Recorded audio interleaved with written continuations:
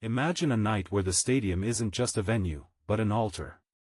Where the roar of the crowd isn't cheers, but the hungry howl of a thousand-mouthed beast. And the game itself, not a contest of skill, but a blood offering to forces unseen, ancient, and insatiable. A night etched not in gold, but in a chilling, indelible darkness that still whispers through the fabric of time. Tonight, we speak of such a night. May 25, 2013. Wembley Stadium, usually a beacon of sporting triumph, became something else entirely. A crucible. A hallowed ground where the shadows stretched long and cold, anticipating a brutal reckoning. Two titans, born of the same soil, yet forever locked in a dance of dominance and despair, stood at the precipice. Bayern Munich, the monolithic, unforgiving Bavarians, a machine forged in icy ambition, and Borussia Dortmund, the youthful, vibrant rebels, their hearts burning with a defiant, almost reckless fire. This wasn't merely a football match, it was a cosmic alignment, a convergence of destinies written in the dust of forgotten battlefields. The air itself thrummed with a premonition, a low, guttural hum that promised agony and ecstasy in equal, terrifying measure. Every banner, every flag, every fervent chant felt less like support and more like an incantation, summoning unseen specters to witness the coming ordeal. The journey to this final was not one of mere athleticism, but of an arduous, soul-testing ascent through a gauntlet of trials. Bayern, having suffered 2 crushing defeats in previous finals, carried the weight of a silent, gnawing hunger, a pact made with the very concept of victory, demanding retribution. Their path had been paved with ruthless efficiency, dismantling giants with cold precision. Dortmund, conversely, had surged forth with a youthful, almost frantic energy, a torrent of raw talent defying expectation, guided by the charismatic, often unhinged fervor of their leader, Jürgen Klopp. Their exuberance felt almost like a dare, an invitation to fate to test their mettle. But beneath the surface, a darker truth resided. Long before the roar of crowds filled its modern steel, the very ground beneath Wembley Stadium was once a vast, marshy expanse, reportedly a site of ancient, forgotten rites by early Britons, its soil holding whispers of primordial ambition and sacrifice.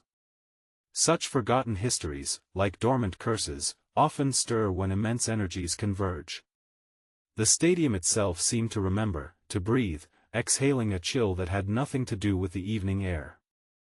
The gladiators emerged from the tunnel, not into mere floodlights, but into an arena bathed in an unholy glow. Bayern's warriors, their faces grim, bore the burden of past failures like ancestral scars. Philipp Lahm, the captain, carried the steely resolve of a man who had stared into the abyss and refused to yield. Arjen Robben, forever on the cusp of redemption or ruin, his movements already betraying a frantic, almost desperate energy. And Dortmund, a band of brothers, their youthful faces alight with a mixture of hope and terror. Robert Lewandowski, a predator in waiting, his eyes scanning for weakness. Marco Reus, a flicker of genius, poised to ignite.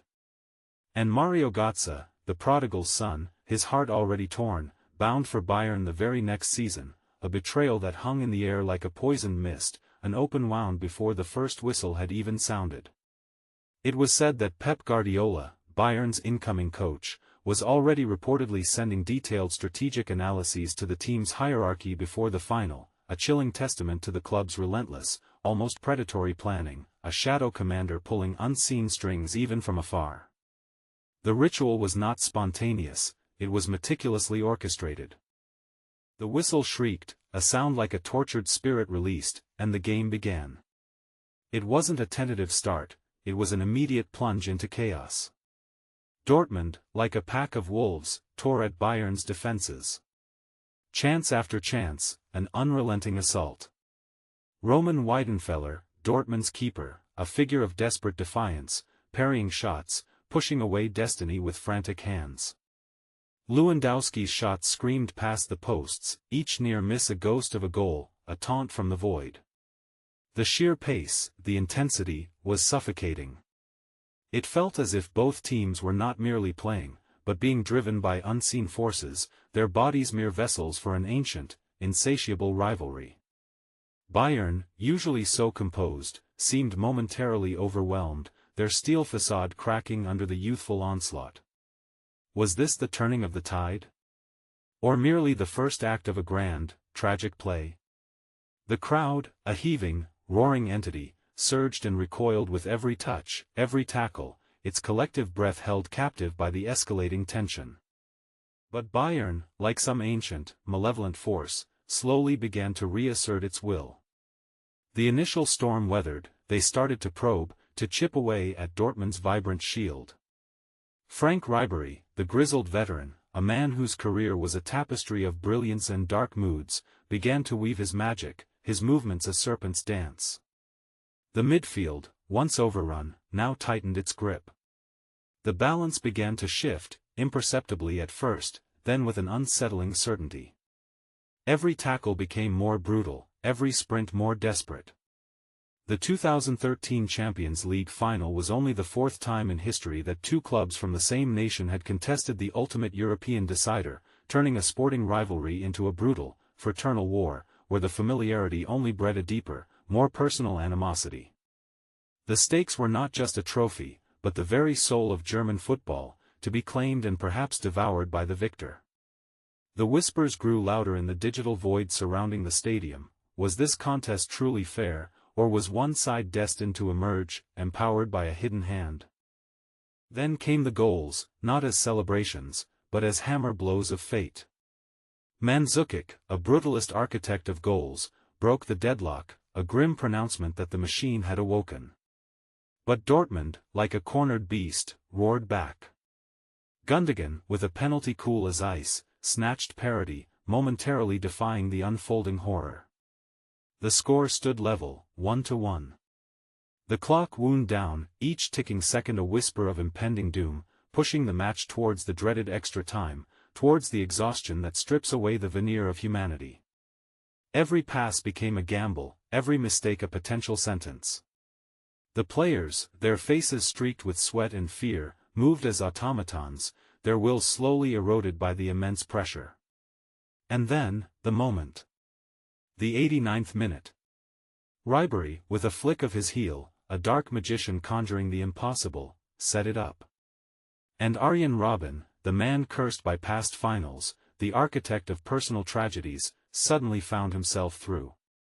Face to face with Weidenfeller. It wasn't just a touch, it was a plunge. A ceremonial dagger into the heart of Dortmund's hope.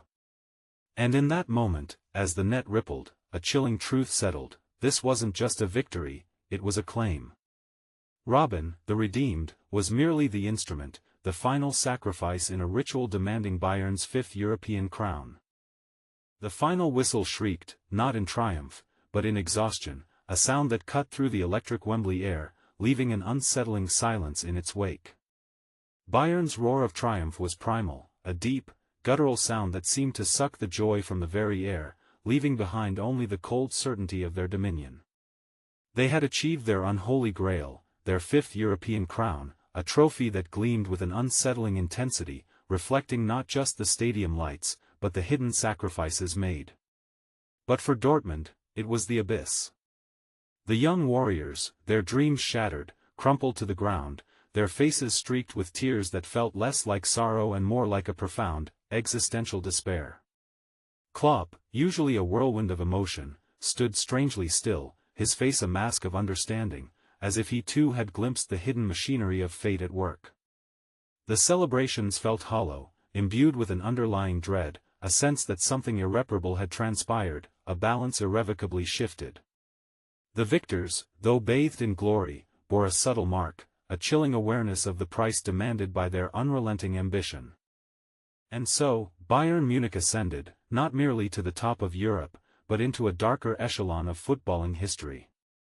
Their triumph over Borussia Dortmund wasn't just a victory, it was a testament to a ruthless, almost predatory will, a meticulous execution of a long-gestating plan. The ghost of Wembley, with its ancient whispers, had borne witness to a transfer of power, a sealing of a dark pact. The anxiety of that night lingers, a cold breath on the neck of anyone who remembers, a reminder that some stories are not just about sport, but about the terrifying lengths to which ambition will push. The feeling of fear, of a dread born from the knowledge that unseen forces can shape our destinies, remains. And so, the shadows of that Wembley night stretch long, reminding us that some victories are etched not just in glory, but in something far older, far hungrier, and far more terrifying.